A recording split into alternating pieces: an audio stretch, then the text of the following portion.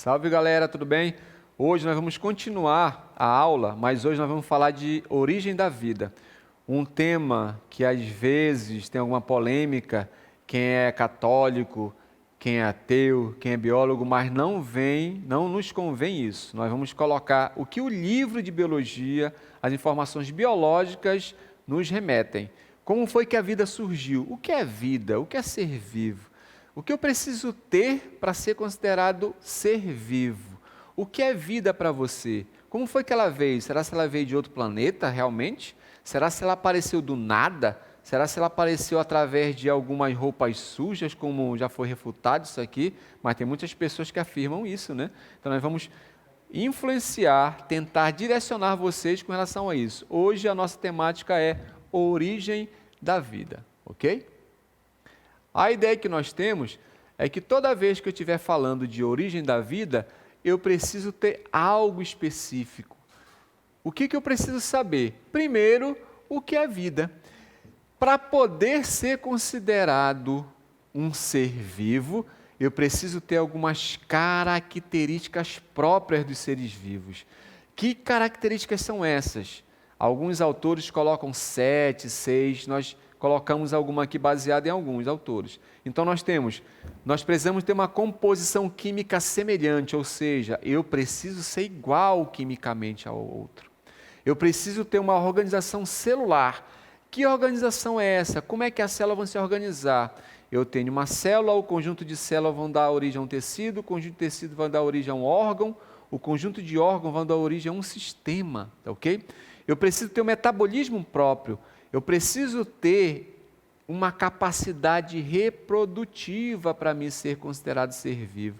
E o meu material genético e o mecanismo de hereditariedade também importa. Então, baseado em tudo isso, eu preciso mostrar que todas essas características me faz dizer que eu sou um ser vivo.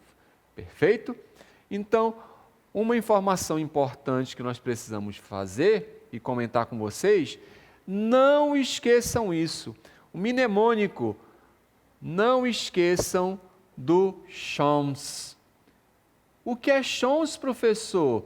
A composição química dos seres vivos que todos nós temos.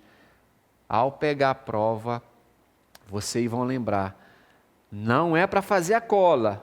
Pegue uma canetinha e coloque lá, Chomsky. O que é Chomsky? Nós vamos ver agora.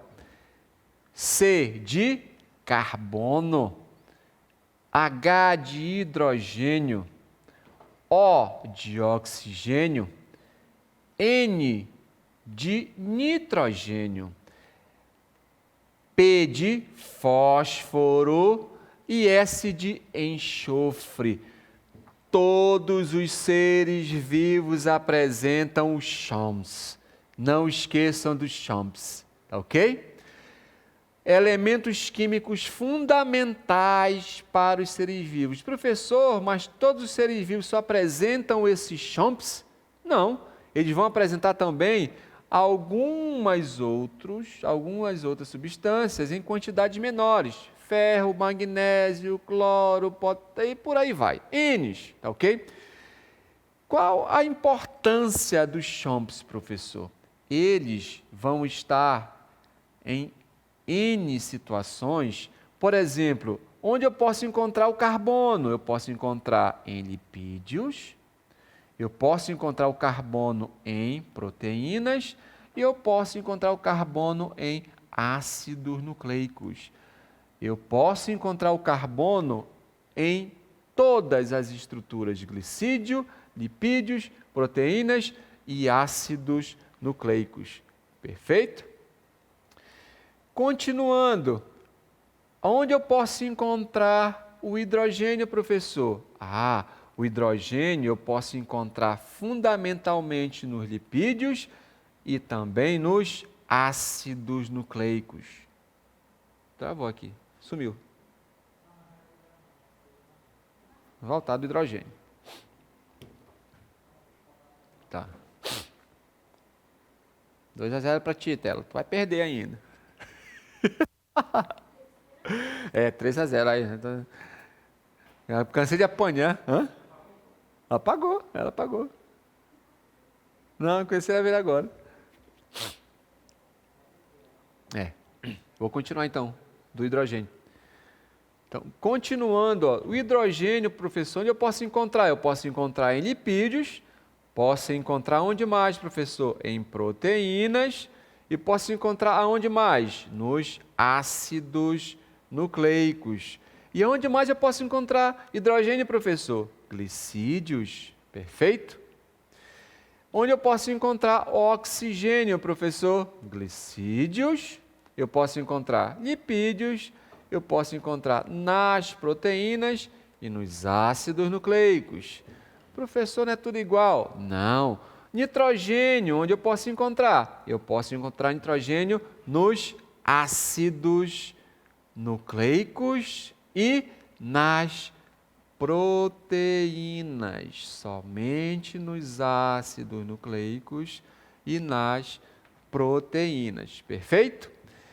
Onde eu posso encontrar a outra substância, professor, que é o fósforo? Eu posso encontrar o fósforo nos lipídios, eu posso encontrar também nos ácidos nucleicos. Perfeito? E onde eu posso encontrar o enxofre, professor? Eu posso encontrar nas proteínas. Então, crianças, durmam pouco, mas sonhem bastante com CHOMPS: carbono, hidrogênio, oxigênio, nitrogênio, fósforo e enxofre, que são os elementos químicos que todos os seres vivos apresentam. Não esqueçam, eu disse todos, ok? Com relação à estrutura celular dos seres vivos, eu tenho algumas informações. Quanto às estruturas celulares, eles podem ser, alguns são unicelulares. O que são unicelulares, professor? Quanto ao número de células, eles podem ser somente unicelulares, tá? Sendo unicelulares, o exemplo que eu tenho é bactérias, são formadas somente por uma única célula, tá ok? E as amebas também são unicelulares. Multicelulares são formados por mais de uma célula. Quais são os exemplos que nós temos? Plantas são multicelulares e nós temos animais também são multicelulares. E com relação a outra classificação, como é que eu posso classificar, professor? Nós já vimos que eu tenho, quanto ao número de célula, unicelular e multicelular, perfeito? Agora eu vou quanto à estrutura celular. Alguns são procariontes e outros são eucariontes. Vem aqui comigo, deixa eu colocar uma questão para vocês. Me disseram que a questão é a questão número 4, a letra D. Não errem.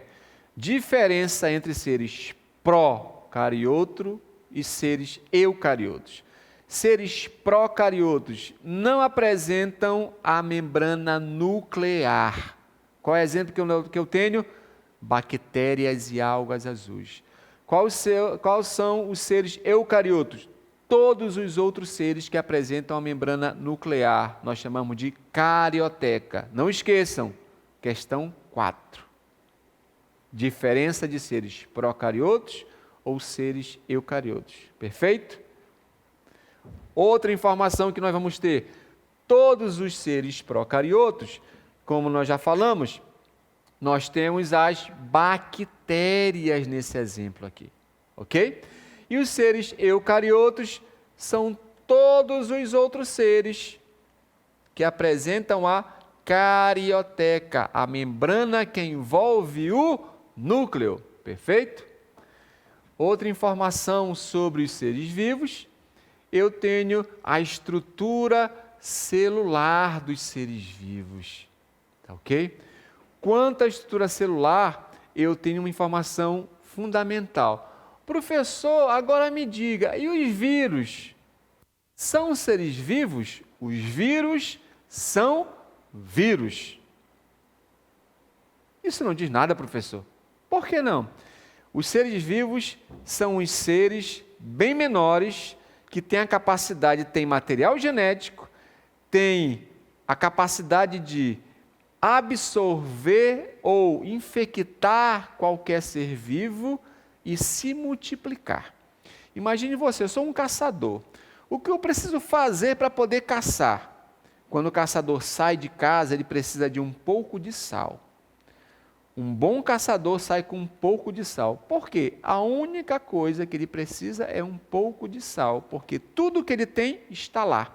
Ele vai conseguir sobreviver na floresta, no mato, aonde ele for, ele vai caçar e vai precisar. Por que um pouco de sal, professor? Porque ele vai caçar e ele vai utilizar o sal para dar um sabor à sua caça. O vírus, ele só precisa de algo fundamental, o material genético, porque ele vai sair ou com DNA ou com RNA e vai utilizar qualquer, eu disse, qualquer célula, bactéria para poder se multiplicar. O que os vírus são? São vírus, simplesmente e potentes vírus. Nós vamos ter uma aula específica para falar sobre vírus e hoje sobre o vírus Covid-19 que está nos assolando desde dezembro. Nós vamos falar, vamos conhecer um pouco sobre o Covid-19, como ele funciona, a sua estrutura. Isso quando nós formos falar da aula de vírus, tá ok? Retornando aqui. Então nós temos uma informação importante sobre isso, sobre os vírus. Eles apresentam um capsídeo proteico e o material genético, como eu falei para vocês, é DNA e RNA, ou um ou outro, não interessa para ele. Interessa que ele se multiplique, perfeito? E qual outra informação o senhor tem para a gente, professor? Eu posso colocar que existe também, todo ser vivo, ele apresenta o quê? Como nós falamos, metabolismo. Eu tenho o anabolismo e eu tenho o catabolismo. O metabolismo, ele vai abranger transformações, guardem isso, metabolismo, transformações químicas. Vão ocorrer aonde, professor? No interior das células.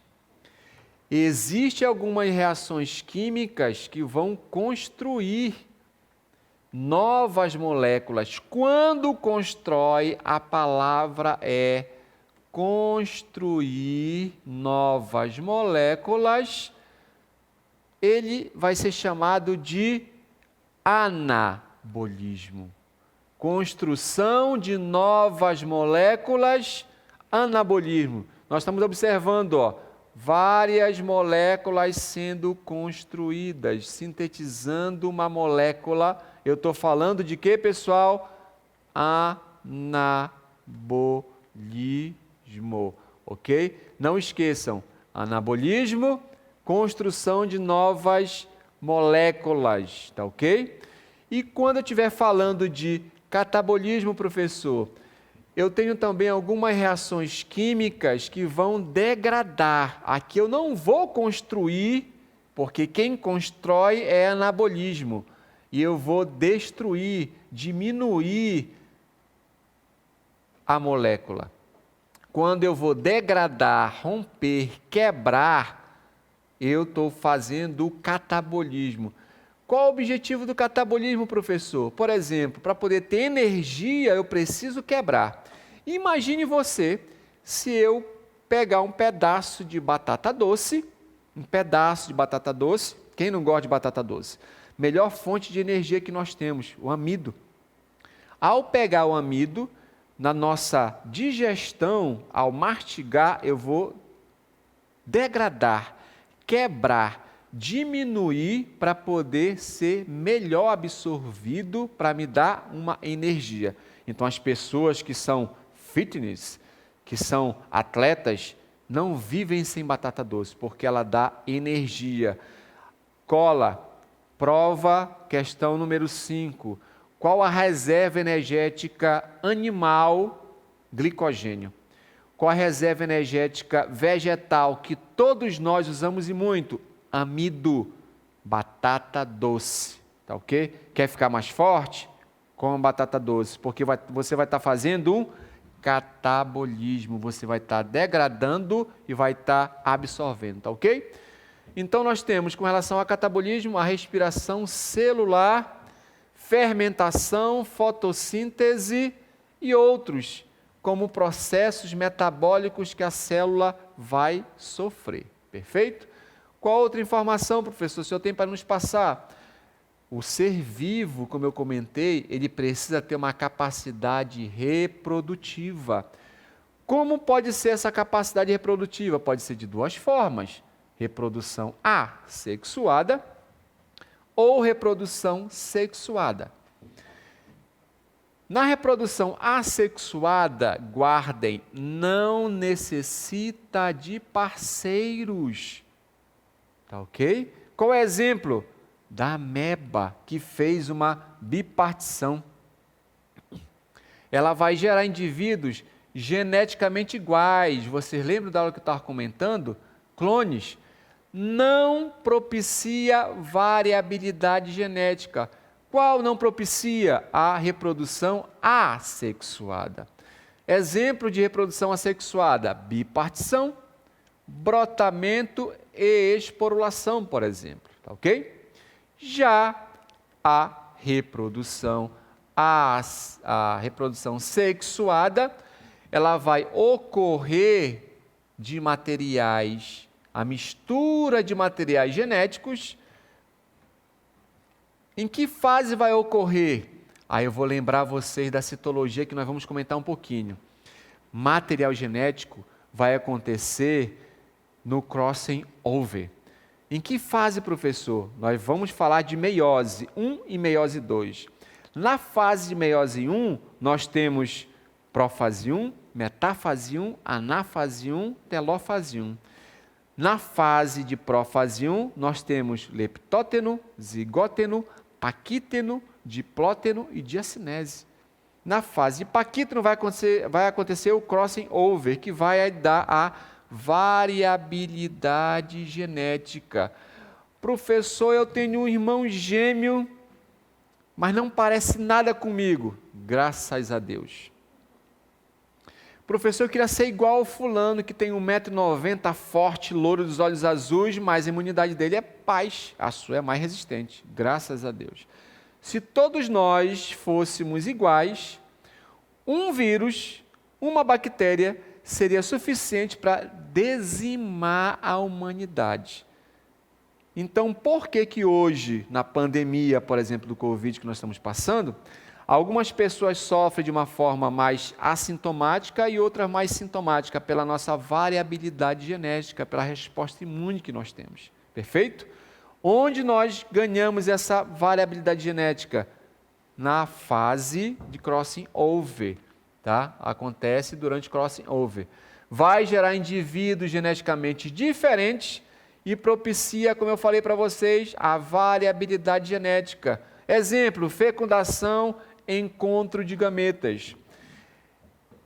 Aqui, retornando na reprodução assexuada, bipartição e ameba, eu vou retornar ao exemplo que eu já falei para vocês. Qual é o exemplo? A ameba, que vai se dividir e formar clones. Observaram? Eu tenho a divisão do núcleo em dois idênticos, onde vai acontecer, como é o nome da divisão do citoplasma, nós já vimos na aula passada, citocinese. Divisão do núcleo, cariocinese. Então vai acontecer uma citocinese, nós vamos ter 1 e 2, duas amebas idênticas. Nós chamamos de clones. Perfeito? Já na divisão com relação à reprodução sexuada, nós vamos ter a fecundação em humanos. O que acontece na fecundação com o humano, professor? Nós vamos ter o gameta masculino, que é o espermatozoide, e o óvulo, que vai formar um zigoto, fazendo a transformação e o desenvolvimento de uma criança e um bebê, que nós vamos ver isso lá em embriologia, as fases da embriologia, tá ok? Gametogênese, embriogênese, perfeito? Isso é uma aula posterior, aguardem. O que mais nós podemos falar, professor? Com relação ao material genético, esse material genético é de suma importância. Todos, eu disse todos os seres vivos apresentam material genético, professor. Tá ok? Eles podem ser constituídos por uma quantidade máxima ou mínima de cromossomos. O que são cromossomos, professor? São filamentos constituídos basicamente pela macromolécula de DNA, ácido desóxido ribonucleico. E a partir daí, todas as reações metabólicas das células são controladas pelos genes. Você lembra que queria ser igual ao seu irmão e não é? Graças a Deus, porque seus genes não deixaram, porque vocês são geneticamente diferentes. Genes vão ter pedaços de DNA capazes de desencadear fenômenos químicos dentro da célula. Nós temos uma célula eucarionte. Lembra o que é ser eucarionte? É o ser que apresenta o quê? A carioteca. Apresenta o núcleo bem dividido. Então, aqui dentro do núcleo eu tenho os cromossomos, tá ok? Nesses cromossomos foi pego esse aqui, foi dado um zoom, onde eu tenho estonas, que nós vamos ver mais na frente, estonas que vão enrolando o material genético, e aqui eu tenho os genes, cada um com uma informação. Sou loiro, dos olhos azuis, moreno, cabelo encaracolado, né? Moreno, dos olhos verdes, depende. Então eu tenho, eles vão controlar o metabolismo da célula. Todos esses genes vão controlar o metabolismo da célula, ok? Qual outra informação, professor? O senhor pode nos passar? A outra informação é com relação ao mecanismo de variabilidade genética e hereditariedade, que nós já comentamos um pouco com vocês. Todos esses mecanismos vão falar com relação vão influenciar questões das mutações e recombinação gênica. Quando eu estiver falando de mutações e recombinações gênicas, vão gerar uma variabilidade genética dos seres vivos. O que é mutação, professor? Mutação vai alterar são as alterações na estrutura ou no número de cromossomos, ou ainda na estrutura da molécula de DNA. E a recombinação gênica é a mistura do material genético por meio de fenômenos ligados à meiose ou fecundação. O importante é dizer que tanto as mutações quanto as recombinações vão gerar a variabilidade genética de todos os seres vivos. Perfeito? E a outra informação que nós temos, qual é? A outra informação é relacionado também à transmissão do material genético. Como é da forma assexuada? Nós temos um genitor que vai apresentar o mesmo material genético. Eu já falei para vocês. Como é que se chama o nome disso? Clone. Quando eu pego uma planta que é um ser vivo, que eu afirmo que ela pega por galho, eu estou fazendo um clone dela. Então eu tenho um genitor que vai passar a mesma informação de uma forma de reprodução assexuada, tá ok? No caso a ameba, mais especificamente aqui a ameba, que nós já usamos o termo.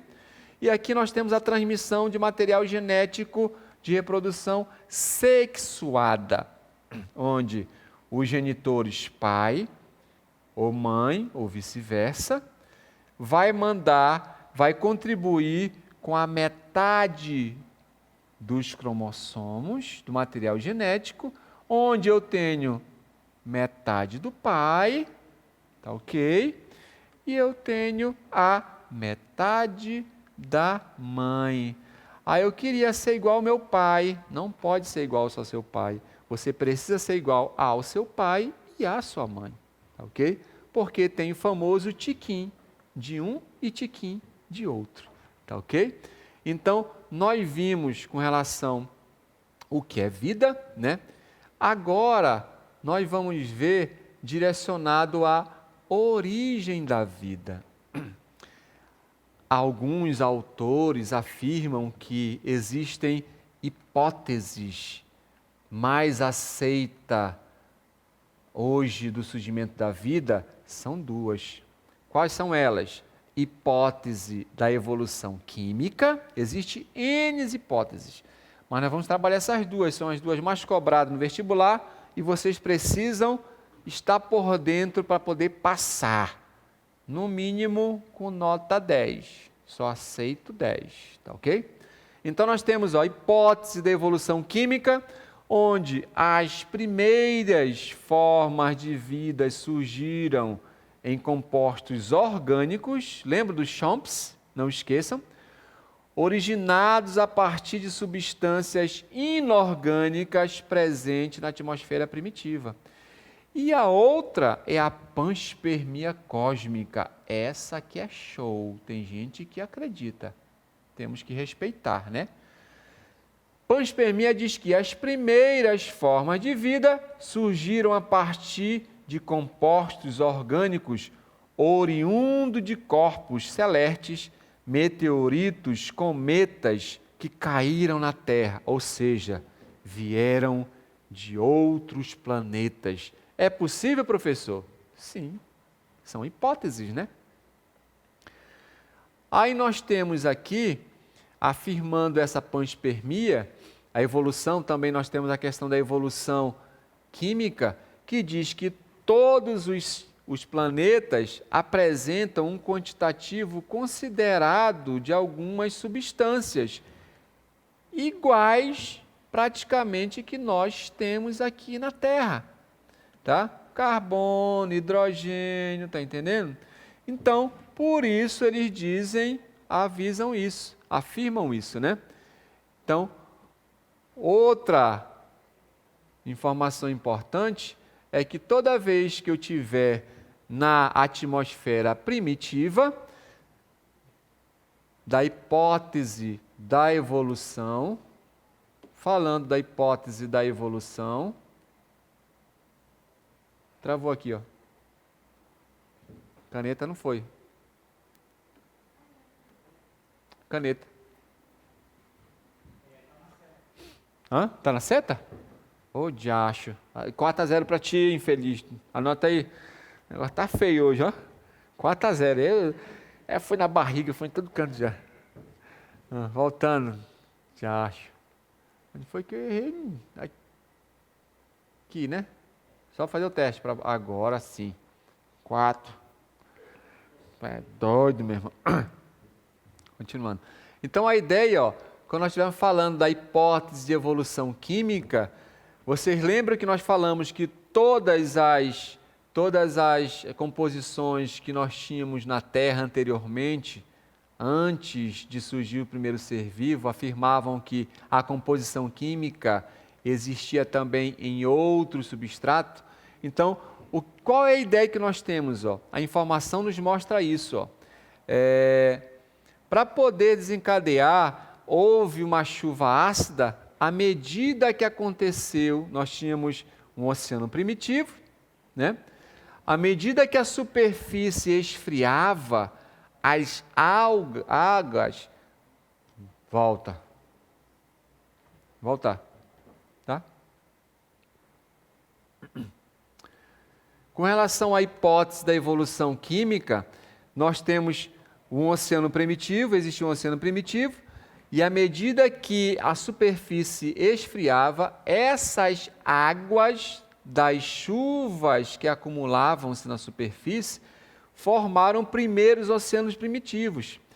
e aconteciam descargas elétricas que davam a capacidade de transformar essa atmosfera primitiva em elevada superfície, com a capacidade de produzir substâncias orgânicas. De que forma acontecia isso, né? Então, nós tínhamos uma informação de que eu precisava ter um oceano primitivo, tá ok? Todos os sistemas através da eletricidade com relação às chuvas e transformavam isso tudo em sopa orgânica por conta das descargas, e essa sopa orgânica trabalhava e se transformava em coacervados, que eram considerados os primeiros seres primitivos nos oceanos. Perfeito? A outra informação que nós temos com relação a essa hipótese da evolução química é que essa hipótese da evolução química, 5-0, já acho. Vou gravar alto aí. Que foi agora? Foi o lápis?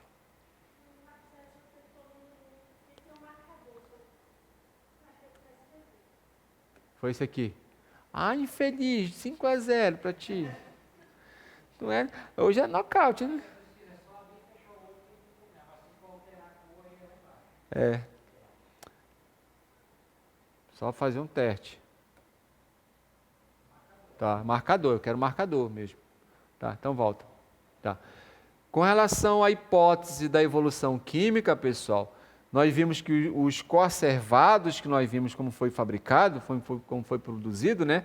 Alguns cientistas ainda acreditam que no interior dos coacervados, algumas moléculas de RNA ácido ribonucleico ou DNA ácido desóxido ribonucleico passaram a controlar o processo de síntese proteica, a partir daí surgindo umas estruturas. Que estruturas seriam essas, professor? Então, começou a se multiplicar e, a partir dessa multiplicação, tiveram uma capacidade reprodutiva, onde apareceram os primeiros seres vivos unicelulares. Lembram do início da aula? O que são seres unicelulares? Formados somente por uma única célula. Perfeito? Então, qual é a ideia agora que nós temos? Com relação à hipótese da evolução química. Que hipótese é essa, professor? Lembram do nome? Hipótese da evolução química? Vocês vão lembrar do Stanley Miller e Oparin Haldane. Os dois fizeram algo espetacular. Eles criaram, submeteram uma mistura gasosa inorgânica com descargas elétricas, obtendo, depois de uma semana, uma mistura escura. Essa mistura escura era basicamente, afirmada por eles, os aminoácidos, ácidos graxos e nucleotídeos. Então, o experimento que Miller não obteve seres vivos, mas obteve esse caldo, foi esse que nós vamos observar agora demonstrado na experiência. Nós temos descargas elétricas, tá ok? Nós temos descargas elétricas, onde vai ser direcionados a questão da água e vai ter um composto orgânico sendo formado. Eu falei composto orgânico e não ser vivo, tá ok? Mais uma vez para mostrar para vocês. Então nós temos a descarga elétrica e acontecendo a formação de compostos orgânicos e não seres vivos. Perfeito?